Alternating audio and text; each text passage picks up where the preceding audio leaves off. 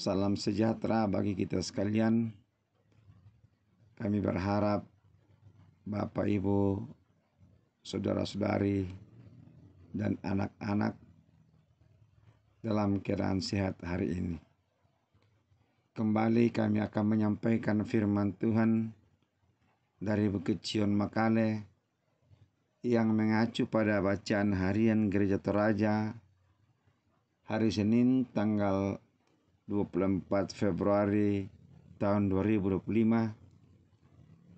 dari 1 Samuel pasalnya yang ke-24 ayat 1 hingga ayatnya yang ke-8.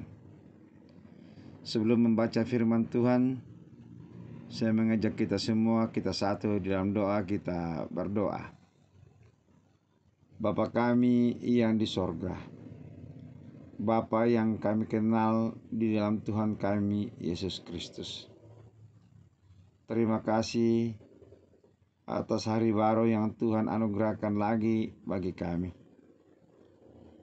Mengawali tugas dan tanggung jawab yang Tuhan anugerahkan bagi setiap kami hari ini, kami akan melandasinya dengan membaca dan merenungkan firman-Mu. Namun kami sadar ya Bapa, bahwa kami manusia yang lemah, manusia yang terbatas. Karena itu, kami mohon kuasa Roh Kudus untuk memampukan setiap kami memahami dengan baik dan benar apa arti dan makna firman-Mu di dalam kehidupan kami. Berfirmanlah ya Bapa, karena sesungguhnya kami telah siap untuk mendengarkan firman-Mu. Amin. Pertama Samuel pasalnya yang ke-24 ayat 1 hingga ayat yang ke-8. Firman Tuhan berbunyi demikian. Daud pergi dari sana lalu tinggal di kubu-kubu gunung di En-Gedi. Ketika Saul pulang sesudah memburu orang Filistin itu, diberitahukanlah kepadanya demikian. Ketahuilah, Daud ada di padang gurun En-Gedi. Kemudian Saul mengambil 3.000 orang yang terpilih dari seluruh orang Israel, lalu pergi mencari Daud dan orang-orangnya di gunung batu kambing hutan. Ia sampai ke kandang-kandang domba di tepi jalan. Di sana ada gua dan Saul masuk ke dalamnya untuk membuang hajat. Tetapi Daud dan orang-orangnya duduk di bagian belakang gua itu. Lalu berkatalah orang-orangnya kepada Daud, telah tiba hari yang dikatakan Tuhan kepadamu. Sesungguhnya aku menyerahkan musuhmu ke dalam tanganmu. Maka perbuatlah kepadanya apa yang kau pandang baik. Maka Daud bangun, lalu memotong punca jubah Saul dengan diam-diam. Kemudian berdebar-debarlah hati Daud karena ia telah memotong punca Saul.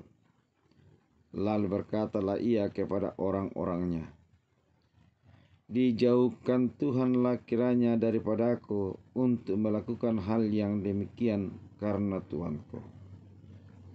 Kepada orang yang diurapi Tuhan, yakni menjamah dia, sebab dialah orang yang diurapi Tuhan. Dan Daud mencegah orang-orangnya dengan perkataan itu.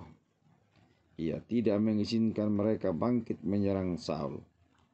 Sementara Saul telah bangun meninggalkan gua itu, hendak melanjutkan perjalanannya. Demikian firman Tuhan. Tema perenungan kita pada pagi ini saya beri judul Prinsip Seorang Pemimpin. Prinsip seorang pemimpin. Bapak, Ibu, Saudara, dan anak-anak yang kekasih dalam Tuhan kita Yesus Kristus, Kata prinsip dalam Kamus Besar Bahasa Indonesia adalah aturan, standar, dan ketentuan. Prinsip bisa juga diartikan sebagai sebuah kebenaran atau asas yang menjadi dasar dalam berpikir dan bertindak. Apakah yang menjadi prinsip atau standar bagi kita di dalam mengambil keputusan berdasarkan bacaan kita kali ini? Bapak, Ibu, Saudara, dan anak-anak yang kekasih dalam Tuhan kita Yesus Kristus, kisah Daud dalam bacaan ini mengungkapkan tentang Daud yang kesekian kalinya dikejar oleh Saul untuk dibunuh. Ketika Saul kembali berperang melawan orang Filistin, ia mendapat berita bahwa Daud melarikan diri ke daerah En-Gedi. Saul memilih 3.000 pasukan, kemudian mereka mencari Daud. Ketika mereka sampai ke tempat pelarian Daud, mereka mendapatkan sebuah gua. Lalu Saul hendak membuang hajat dan masuk ke dalamnya. Namun di bagian belakang gua tersebut, Daud bersembunyi dengan pasukannya, namun tidak diketahui oleh Saul. Pada waktu itu, pasukan Daud mengatakan kepada Daud bahwa telah tiba hari yang dikatakan Tuhan kepadamu. Sesungguhnya aku menyerahkan musuhmu ke dalam tanganmu, maka perbuatlah kepadanya apa yang kau pandang baik. Atau dengan kata lain, mereka menghasut Daud untuk membunuh Saul. Namun apa yang dilakukan Daud? Daud tidak membunuh Saul, melainkan hanya memotong sedikit jubah Saul, atau di dalam bacaan kita dikatakan puncah jubah. Itu pun Daud menyesal dan berkata kepada orang-orangnya, kiranya dijauhkannya Tuhan daripadaku untuk membunuh orang yang diurapi Tuhan. Bapak, Ibu, Saudara, dan anak-anak yang sama-sama dikasihi Tuhan kita Yesus Kristus. Belajar dari firman Tuhan yang kita dengar kali ini, kita diingatkan bahwa sebagai pemimpin seperti Daud, baik di dalam masyarakat, di dalam persekutuan, di dalam keluarga, hendaknya kita mempunyai prinsip yang kokoh seperti Daud di dalam mengambil sebuah keputusan. Daud mempunyai prinsip atau standar aturan di dalam bertindak, yaitu standar Tuhan.